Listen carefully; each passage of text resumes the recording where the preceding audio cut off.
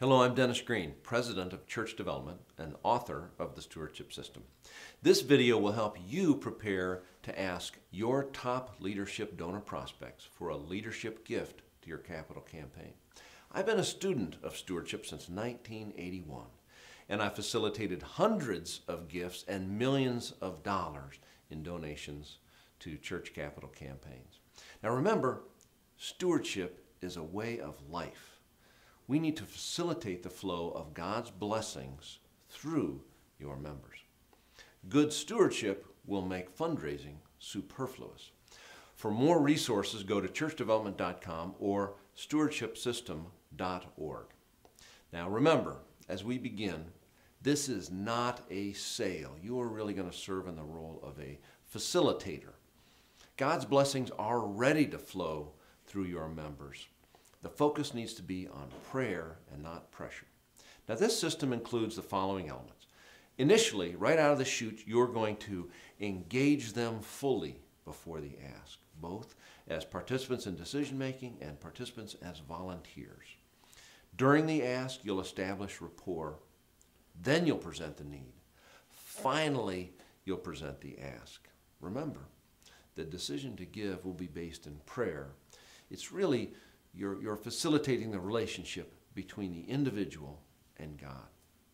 Now, to put this in context, this is not a door-to-door solicitation. We do not want to fill out a pledge card and stand there and wait while the individual signs it. We do not want to have a big banquet of a pledge card underneath the plate. That really sends the wrong message. That's the secular approach. Remember, our approach is based on prayer and not pressure. So before the ask, you'll have these components in place. Number one, you'll have engaged them in the decision-making process about the plan. Now think back to the time when your church created the master plan, your long-range plan, the facility plan, and then conducted your feasibility studies. These are all input opportunities. And the more influential the leadership individual is, the more we want to engage them in the decision-making process. The second thing that we'll do is to engage them as a volunteer. There's a phenomenon in the volunteer world called episodic volunteering. We want to create opportunities for volunteering that have a beginning and an end, that are episodic, so there may be just 2 or 3 volunteer opportunities, so that people don't look at this volunteer opportunity like a finance committee where a person is on that like a terminal illness until they die. We really want it to have a beginning and an end where they can make a decision and then get off of that committee. The third thing that we'll do is to engage them socially with other people. The recent research that came out of Gallup polling brings me the insight about the triple B. I'd like you to remember this. Belonging brings belief. So we want to connect people socially so that they're in the milieu, in the environment of a belief in a strategy for the church that will lead the church in the right direction. So they're deeply engaged in creating that strategy, and their social connections are all headed in the same direction as well. Number 4, we'll have educated them about the project at hand. We'll prepare a whole lot of materials in print, video, social media, on your website. They'll see it in the back of church on a regular basis. We want to meet all of their left brain analytical information needs well in advance of the ask. We will also have prepared materials to hand to them during the ask. We'll have a little notebook or a folder. It'll have the brochure, frequently asked questions, fact sheets, drawings. Every possible question that they might ask is going to be prepared, including a very vital piece for these leadership donors. It will be a chart, we call it the gift range chart, in which we outline each gift by amount in a pyramid-shaped form that corresponds with the impact of that gift. So we've really done our preparation in advance to meet their analytical needs.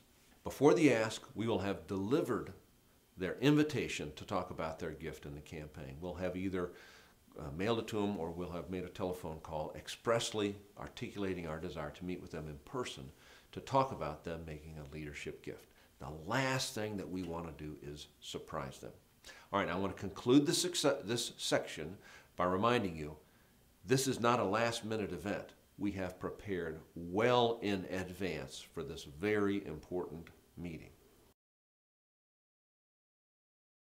Okay, we've covered what to do in advance of the ask, and that's really several months of preparation before you get to the ask. Now let's talk about what does it look like when you're sitting down with the individual to ask for their leadership gift. The first thing that you'll do is to establish rapport. Now, the technical term for rapport is defined as harmony. It's the nonverbal message that we are in sync. This takes work. Now, remember, this doesn't happen by you lecturing the individual. This comes from you asking questions, listening, active listening, and self-disclosure, so that the dialogue is a lot like a tennis match and not like a lecture. Okay, so you've really got to heighten your interpersonal skills at this precise moment. This has to be an engaging, fun experience for your member. This is not meant to be a lecture. Now, the topics that you'll be asking them questions about include, of course, family. How's it going with each member of their family? Tell me about your work. What's going on in your neighborhood? What interesting things have you read lately? What are you involved in at church, and how's that going? Now, as you have asked questions and you have responded with self-disclosure about yourself to match their disclosure, you're sending the message that we are similar. The next thing that you'll do is you'll listen carefully to their predicates. You'll mentally have going on listening for, are they visual, auditory, kinesthetic? Are they more interested in pursuing benefits or avoiding consequences? Are they a more linear thinker or a more emotional thinker? What sort of metaphors do they use to describe the flow of life as they see it? Now, you want to pay close attention to those predicates because those hold a great deal of meaning. They reveal to you how they think. So in our world, in the world of professional fundraising, we call this process calibrating. So you want to pay attention to their posture. If a member is sitting like this, they're sending a clear message. If they're leaning forward and listening, that's a very different message. In particular, I want you to practice, this takes a lot of work, but I want you to pay attention to breathing. Is it coming lower from their diaphragm, which indicates a relaxed posture, or upper in the chest, which indicates a higher degree of tension? The advanced course in establishing rapport will have you looking at things like lower lip size, becoming aware of their pulse and their carotid artery, their pupil dilation, the coloration of their cheeks. Those are all indicators of a person's state of being. That I know that's an advanced topic. I don't expect you to tackle those right now, but I do want you to pay attention. I want you to know when you are in rapport. When they've sent the signal that they're relaxed and they feel comfortable and that you are in sync, then it's time to segue into the ask. So really, you're looking for a green light that says, go, I'm ready for the ask. So now let's talk about moving into the ask. The best segue that you can use is to ask them for their opinions on the campaign materials. Now remember, you'll have proceeded to this point preparing materials for their consideration. Now is the time to bring those out and present those. So you'll place a folder on the table, you'll present it to them. In the case, you'll have your brochure, your question and answer sheet, drawings, diagrams, charts, and in particular, you'll have a gift range chart, that pyramidal structure that shows the gifts that we need to make this campaign a success, from the largest gift down to the smallest gift, and will show the impact of each one of those gifts on the human beings that are part of the church. So we're going to present this information, and we're going to ask them their opinion, their thoughts, and their feelings. Now, the kind of thing that they'll be most interested in is looking at those leadership gifts and to see the impact of their possible gift on the life of the church. So you might have articulated in your gift range chart, $100,000 might sponsor the sound system, $50,000 might sponsor the foyer, $20,000 might sponsor a classroom, $10,000 might sponsor an entry.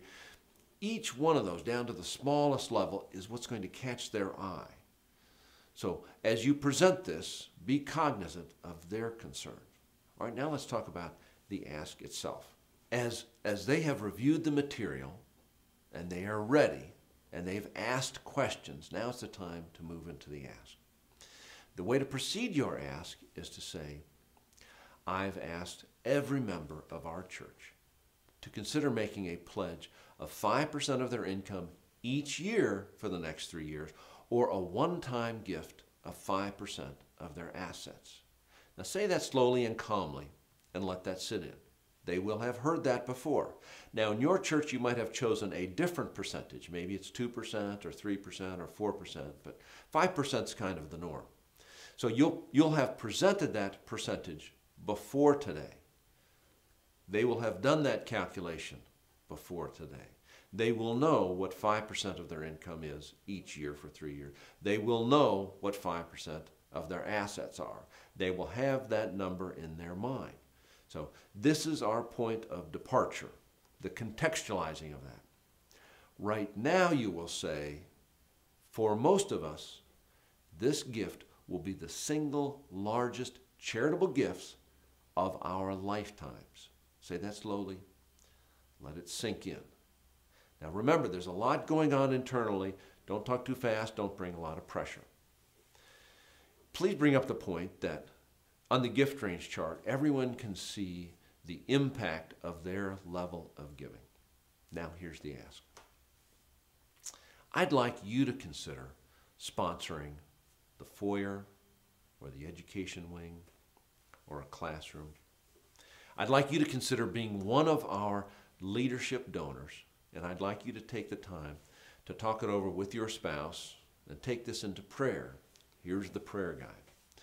Over the next 2 weeks, if you could make that consideration and then get back with me, I would really appreciate it, so that we can announce by this date that we have a handful of leadership gifts in, that we have some significant momentum taking us towards Commitment Sunday. You can have a huge impact on our success.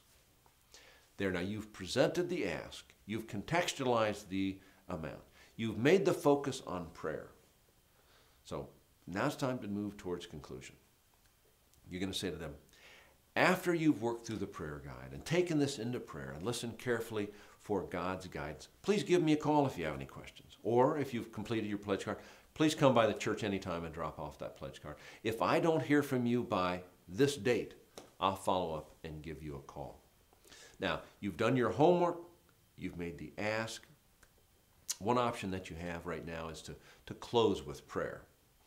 If you don't feel comfortable doing that, you may choose to tell them how you personally take a decision like this to prayer. And the focus of that prayer should be, Dear God, please help me understand your will in my life, and please give me the strength to follow that guidance.